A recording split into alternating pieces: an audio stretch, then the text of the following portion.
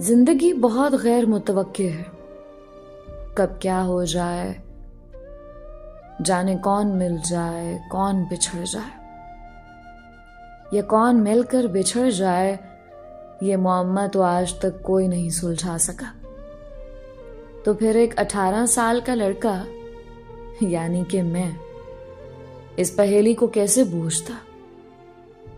میرا نام علی ہے اور یہ کہانی ہے میری، جہاں میں محض 18 سال کی عمر میں زندگی کے بہت سے کٹھن راستوں سے گزرا، مگر ایک جگہ جا کر رک گیا. ایک ایسی جگہ جہاں سے میں تو گزر گیا، اگر میرا دل ابھی تک وہیں ہے. میری عمر ابھی بامشکل 18 برس بھی نہیں ہوئی تھی کہ میرے والد صاحب نے مجھے ایک سوئی گیس کے دفتر میں ایک ہیلپر کے طور پر لگوا دیا. میں یوں تو گھر کا بڑا بیٹا تھا، مگر محنت مزدوری کے لیے میری عمر بہت چھوٹی تھی. دراصل 8 سال کی عمر میں میرے والد صاحب نے مجھے میری سگی ماں سے جدا کر دیا اور اپنے پاس بلا لیا.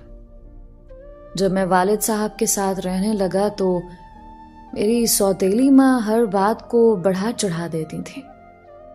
میں یہ سب باتیں برداشت کرتا رہا. جب میں 12 سال کا ہوا تو میری سگی ماں بھی فوت ہو گئی اور اب میں مکمل طور پر اپنی سوتیلی ماں کے رحم و کرم پر تھا. خیر، میرا تعلق کسی امیر گھرانے سے نہیں تھا، بلکہ ایک متوسط گھرانے کا رہنے والا لڑکا تھا، جہاں لوگ اپنی کچی عمر سے ہی ذمہ داریاں سنبھال لیتے ہیں، جہاں سمجھداری کا تعلق عمر سے نہیں بلکہ تجربات سے ہوتا ہے. میں نے ہمیشہ کوشش کی کہ اپنے ماں باپ پر بوجھ نہ بنوں. شروع ہی سے خود مختاریت کی روح میرے اندر تھے. یوں تو میرے والد صاحب سرکاری ملازم تھے، مگر میں اپنی پڑھائی کا تمام خرچہ خود اٹھاتا تھا. دن رات میں بدلتے اور رات دن میں، اور ان سب کے بیچ انتھک محنت کرتا ہوا میں سارا دن محنت مزدوری میں گزارتا اور پھر تھک ہار کر آرام کی بجائے میری رات پڑھائی میں گزرتے. ہم متوسط گھرانوں سے تعلق رکھنے والوں کے لیے کامیابی کا آخری اور واحد ذریعہ ہماری پڑھائی ہی ہوتی ہے. وقت گزرتا گیا. میری عمر اب 18 سے اوپر جا چکی تھی. سوئی گیس کے دفتر میں میری انتھک محنت نے آخرکار مجھے وہ مقام دیا کہ میں اس پر جتنا خوش ہوتا کم تھا. یہاں تک کہ میرے محکمے کے افسروں نے مجھے ترقی دی اور میری پرموشن ہو گئی. اب میں ایک گاڑی کا مالک بھی بن چکا تھا اور ساتھ ہی ساتھ ایک بہترین عہدے کا بھی، جو میرے لیے کافی تھا، کیونکہ یہ سب میری محنت کی کمائی تھی. مگر پھر بھی کچھ نہ کچھ ادھورا سا تھا، اور وہ تھی میرے گھر والوں کی خوشی، جو مجھ سے کبھی خوشی نہیں ہوتے تھے. مجھے جو چیز میرے لیے مکمل لگ رہی تھی، ان کے لیے اس کی کوئی وقت ہی نہیں تھی. میرے ابا ایک سخت مزاج انسان تھے اور میرا باقی کا خاندان ان کی سخت مزاجی کی وجہ سے خاموش رہتا. مگر ایک وقت آتا ہے جب آپ اپنے والدین کا ادب تو کرتے ہیں، مگر کہیں نہ کہیں آپ ان سے الجھنے لگتے ہو. مجھے آج بھی وہ دن یاد ہے جب میرے والد سے میری بحث ہو گئی. یہ شام کا وقت تھا اور میں دفتر سے تھکا ہارا واپس آیا تھا، جب انہوں نے مجھ سے کہا، علی، کب تک یوں ہی دفتروں کے دھکے کھاتے رہو گے؟ اپنی زندگی میں مزید آگے بڑھو اور اس کو سنجیدہ لینا شروع کرو. ابا کی بات سن کر میں چونک گیا. وہ کس سنجیدگی کی بات کر رہے تھے؟ کیا وہ بھول گئے تھے کہ میں 18 برس سے بھی کم تھا جب انہوں نے مجھے اس دفتر میں ایک ہیلپر کے طور پر لگوایا تھا؟ نہ چاہتے ہوئے بھی میری آواز میں سختی آ گئی. کس سنجیدگی کی بات کر رہے ہیں ابا جی؟ اور کتنا سنجیدہ ہوں میں؟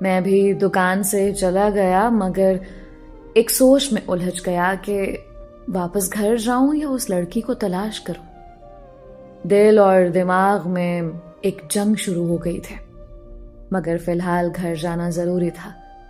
اس دن تو میں واپس چلا گیا، لیکن میرا دل وہیں رہ گیا۔ واپس آنے کے بعد میرے دن رات بے چینی میں گزرنے لگے۔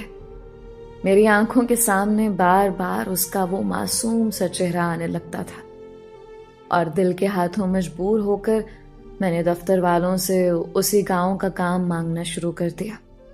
یوں میرا اس گاؤں آنا جانا زیادہ ہونے لگا۔ یہ گاؤں زیادہ بڑا نہ تھا، اس لیے راستوں سے راستے ٹکراتے تھے۔ کام سے فارغ ہونے کے بعد میں اکثر اس کو چھپ کر دیکھا کرتا۔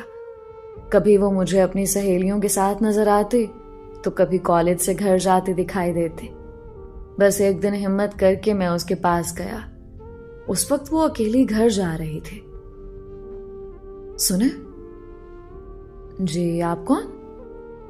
زیادہ وقت نہیں لوں گا، نہ ہی ادھر ادھر کے لڑکوں کی طرح فضول باتیں کروں گا۔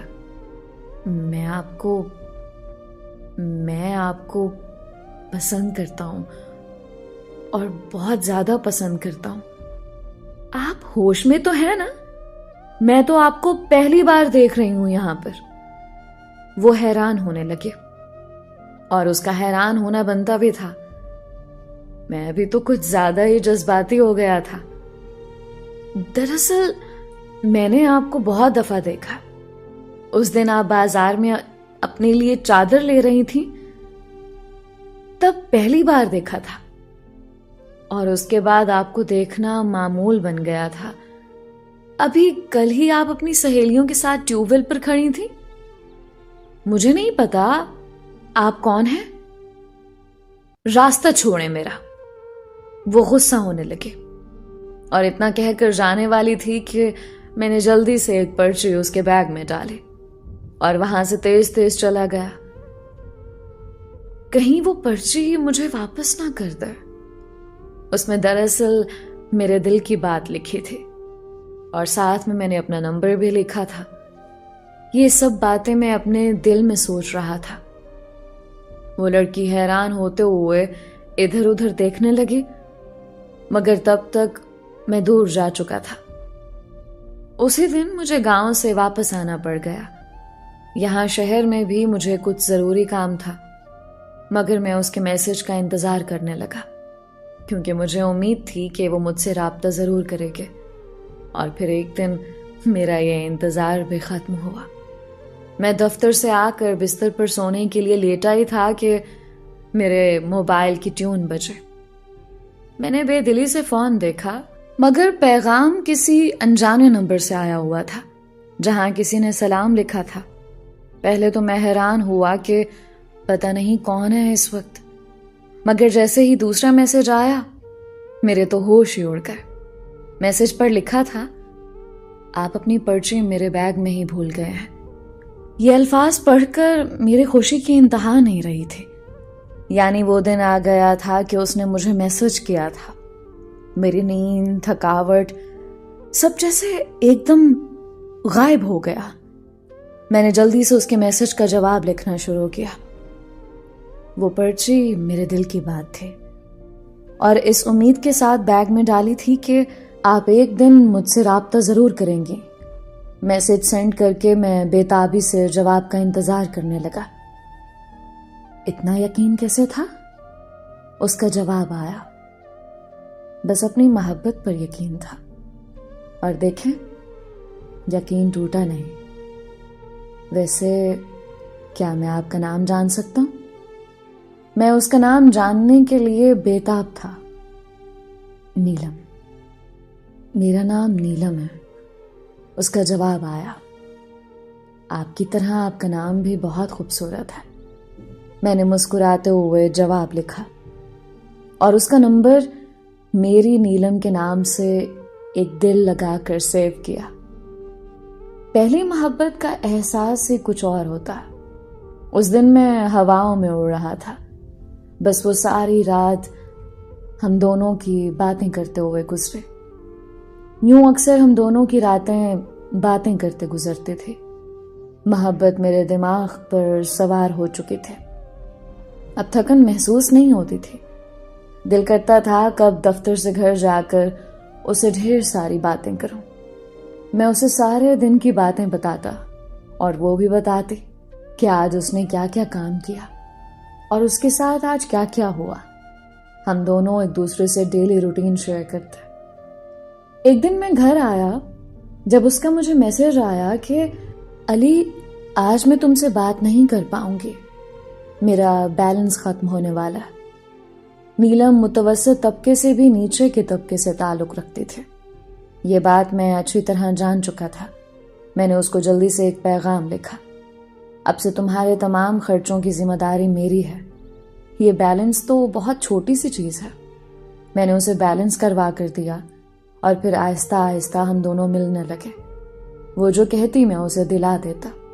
اس دن تو شال والی دکان پر وہ اکیلی تھی مگر آج میں اس کے ساتھ تھا. نیلم تمہیں جو شال چاہیے لے لو، میں نے مسکراتے ہوئے کہا. وہ بھی ہنستے ہوئے شال پسند کرنے لگی. جب دکاندار نے مشکوک نظروں سے میری طرف دیکھا جیسے پوچھ رہا ہو یہ کون ہے، میں نے بھی کہہ دیا کہ یہ میری ہونے والی بیوی ہے. اور بس یہ سن کر دکاندار کے تاثرات بدل گئے. وہ جو پہلے نیلم کو تم کر کے بلا رہا تھا اب اسے بھابھی کہنے لگا. بھابھی جی ہمارے پاس کافی نئی ویرائٹی بھی آئی ہے، یہ دیکھیں. دکاندار کی بات پر نیلم مجھے دیکھ کر شرمانے لگے. میں واقعی اس کو اپنی بیوی مان چکا تھا. اس دن کے بعد سے نیلم کا ہر خرچہ میں اٹھاتا. موبائل کے بیلنس سے لے کر دوائیوں تک کا خرچہ، جب بھی وہ بیمار ہوتی، یعنی ہر چیز کا خرچہ. مگر پھر ایک دن اس نے مجھے بتایا کہ اس کے رشتے آنا شروع ہو گئے ہیں اور میں گھر شادی کی بات کروں. یہ سن کر میں نے گھر بات کی مگر میرے ابا نے یہ کہہ دیا کہ ابھی ہمارے حالات ایسے نہیں ہیں کہ شادی کی جائے. وہ بھی ٹھیک کہہ رہے تھے. وہ ایک ریٹائر ملازم تھے اور پینشن سے ہی گزارا ہوتا تھا. میری تنخواہ سے گھر کے باقی خرچے پورے ہوتے تھے.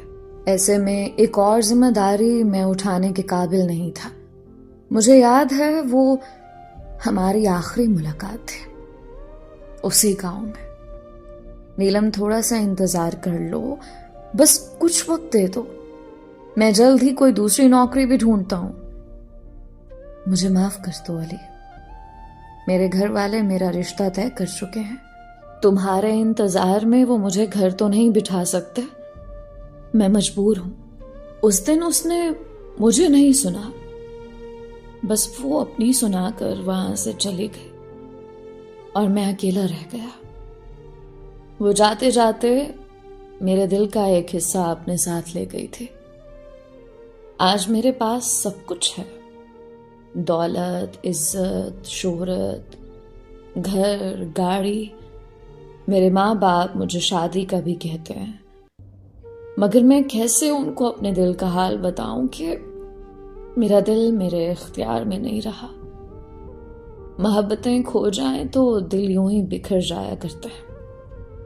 سنا ہے کہ جس سے اس کی شادی ہوئی ہے وہ کافی کھاتے پیتے لوگ ہیں، مگر اب سوچتا ہوں کاش وہ تھوڑا سا اور انتظار کر لیتے تو کیا ہو جاتا. تنہائی میں بیٹھ کر اکثر اس کا خیال آتا ہے.